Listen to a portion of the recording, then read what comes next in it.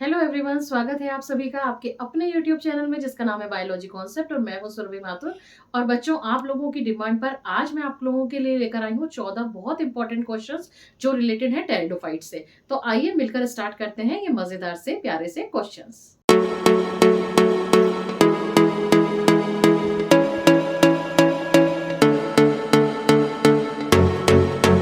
तो question number 1 है, this group does not have seeds but has vascular tissue and produce spores.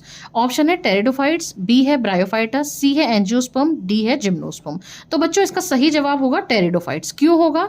क्योंकि ये कह रहा है this group does not have seeds. तो एंजियोस्पर्म और जिम्नोस्पर्म दोनों में पीछे क्या आ रहा है? स्पर्म आ रहा है। और स्पर्म का मतलब क्या होता है? सीड। तो इसका मतलब दोनों में सीड्स तो प्रेजेंट है। हमें कौन सा ग्रुप चाहिए जिसमें सीड्स नहीं हो?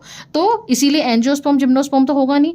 दूसरी चीज क्या कह रहा है? Vascular tissue. Vascular tissue bryophyta में एब्सेंट होते हैं। तो हमारे पास क्या ऑप्शन रह गया? टेरिडोफाइट्स, जिसमें कि क्या होता है? सीड हैबिट होती है इंट्रोड्यूस, लेकिन सीड्स नहीं होते, और वेस्कुलर टिश्यू होते हैं और स्पोर्स भी ये प्रोड्यूस करते हैं। तो सही जवाब क्या होगा? Option A pteridophytes. Question number 2 है, pteridophytes and bryophytes differ in having. Pteridophytes और ब्रायोफाइट्स एक दूसरे से अलग हैं। कैसे?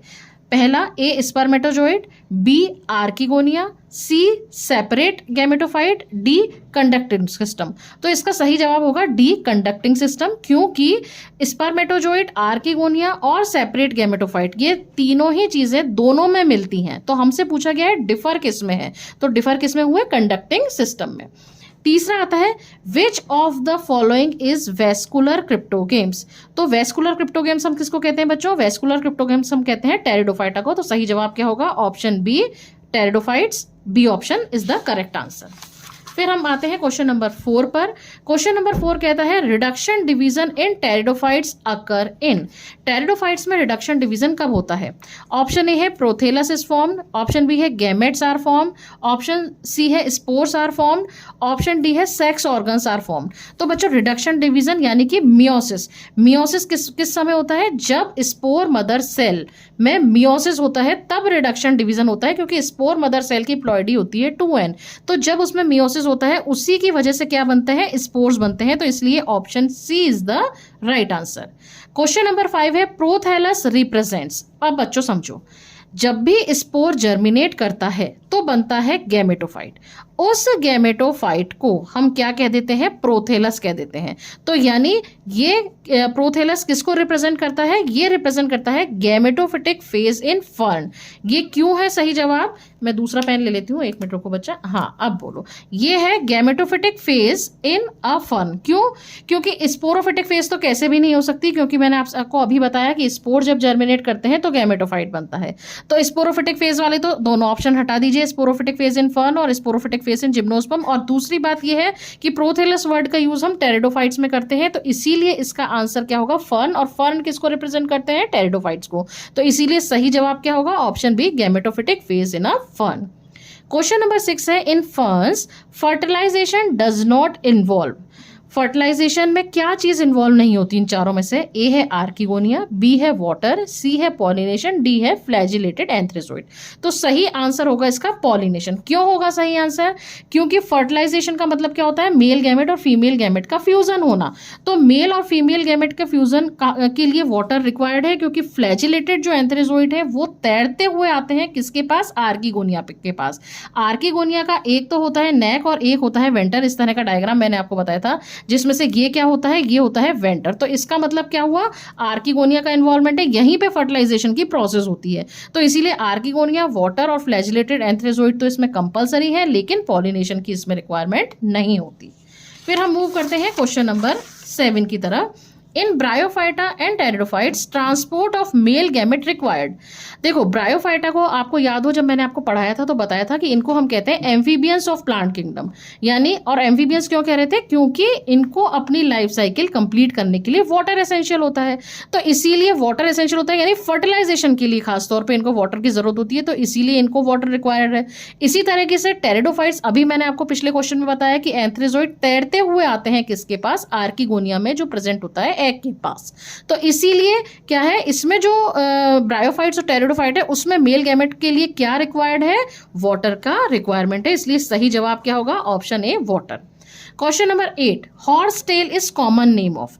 बच्चों ये आपको याद रखना होगा, हॉर्स टेल हम कहते हैं इक्वेसिटम को। क्यों कहते हैं? क्योंकि इसका अपीयरेंस हॉर्स की टेल यानी कि घोड़े की पूंछ के जैसा होता है, इसीलिए इसको इक्वेसिटम को हम क्या नाम देते हैं? हॉर्स टेल इसका कॉमन नेम है। ये बहुत इंपॉर्टेंट क्वेश्चन है नीट के लिए भी और क्लास 11th के लिए भी, तो इसको आप अच्छे से प्रिपेयर कर लीजिए। क्वेश्चन नंबर 9 है, स्ट्रोबेलाई और कोन आर फाउंड इन। दोनों एक ही बात है, कोन या स्ट्रोबेलाई, ये किस में मिलते हैं? मार्केशिया। बच्चों मार्केशिया है एक ब्रायोफाइट, तो ब्रायोफाइट में कोई कोन नाम की चीज नहीं होती है। फिर आता है इक्विसिटम। इक्विसिटम में होता है बेटा, इक्विसिटम में क्या होता है? एरियल शूट होता है, उसमें कुछ इस तरह का जॉइंटेड स्टेम होता है और उसके अपेक्स पर वहां पर आपको मिलेगा कोन, कुछ इस तरीके का स्ट्रक्चर। तो इसका सही जवाब क्या होगा? Option B, equisetum. Question number 10 है, which of the following pairs show heterosporous condition. यानी आपको यहाँ पे 4 ऑप्शन दिए गए हैं, उसमें से आपको बताना है हेटेरोस्पोरस यानी कि 2 तरह के स्पोर्स बनते हैं, यानी एक माइक्रोस्पोर बनेगा, एक मेगास्पोर बनेगा। तो 2 तरह के स्पोर्स आपको किस में देखने को मिलेंगे? तो यहाँ पर option D is the right answer. क्यों?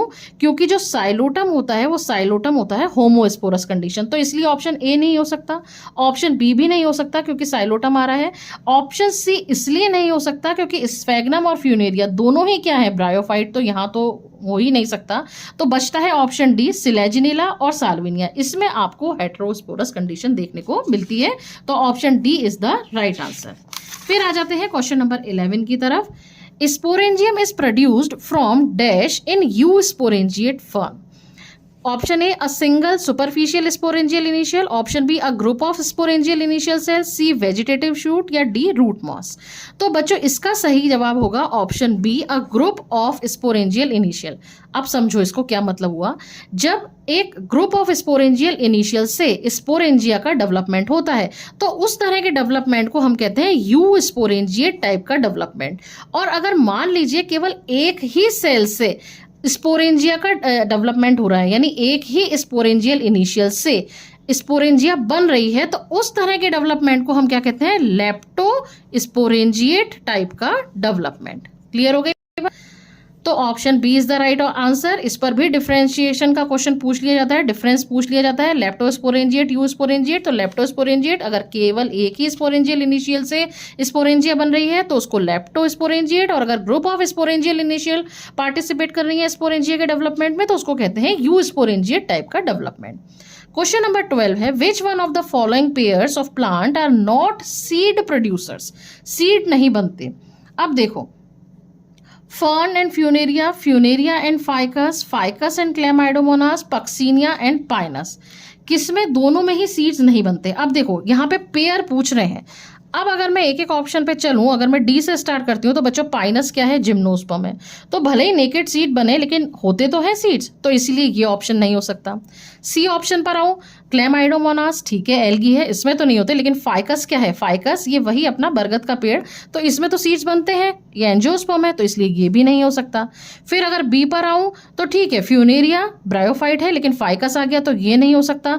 तो बचता क्या है? फर्न एंड फ्यूनेरिया, जिसमें कि pairs of plants are not seed producers. दोनों ही क्या है? सीड प्रोड्यूस नहीं करते। सीड हैबिट का ओरिजिन होता है फर्न में, लेकिन सीड बनते नहीं है। क्वेश्चन नंबर 13 आता है, pteridophytes are used for as ornamental plant, medicinal purpose, soil binders, all of these. तो इसका क्या सही जवाब होगा? All of these. Ornamental plant में जो फर्न्स होते हैं वो ऑर्नामेंटल प्लांट की तरह यूज होते हैं।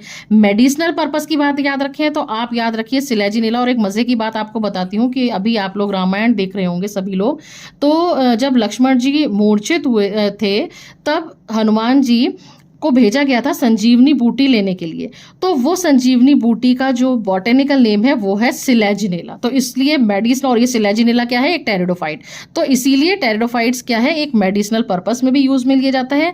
चूंकि इसमें रूट्स प्रेजेंट होती हैं इसीलिए ये सॉइल बाइंडर्स भी होंगे, तो इसीलिए option D is the right answer, all of these. अब हम मूव करते हैं क्वेश्चन नंबर 14 की तरफ। Match the following, Pteris, Cycas, Sphagnum और सार्गेसम। और इधर हमें ऑप्शंस दिए गए हैं जिम्नोस्पर्म, ब्रायोफाइट, एल्गी और टेरिडोफाइट्स। तो देखो बच्चों, टेरिस जो है वो क्या है, टेरिडोफाइट, तो यहाँ हम मेंशन कर देंगे ए। साइकस क्या है, जिम्नोस्पर्म, तो यहाँ हम मेंशन कर देंगे बी।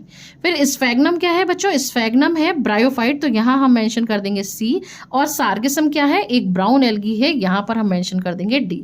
तो इस तरीके से आज हमने 14 मोस्ट इंपॉर्टेंट क्वेश्चंस जो टेरिडोफाइट्स को लेकर अक्सर एग्जाम में पूछे जाते हैं उनको कवर किया। लेकिन मैं आपको एक सजेशन और देना चाहूंगी कि एक लाइफ साइकिल आप और इसकी अच्छे से कंप्लीट कर लीजिएगा, क्योंकि उस लाइफ साइकिल में से भी अक्सर क्वेश्चंस पूछ लिए जाते हैं। तो आज के लिए इतना बहुत है। आगे आने वाले वीडियो लेक्चर में हम लोग जो मॉर्फोलॉजी ऑफ प्लांट किंगडम जो चल रहा है हमारा, या sorry morphology of flowering plants chapter number 5 जो चल रहा है, उसको हम कंप्लीट करेंगे। तब तक के लिए थैंक यू वेरी मच।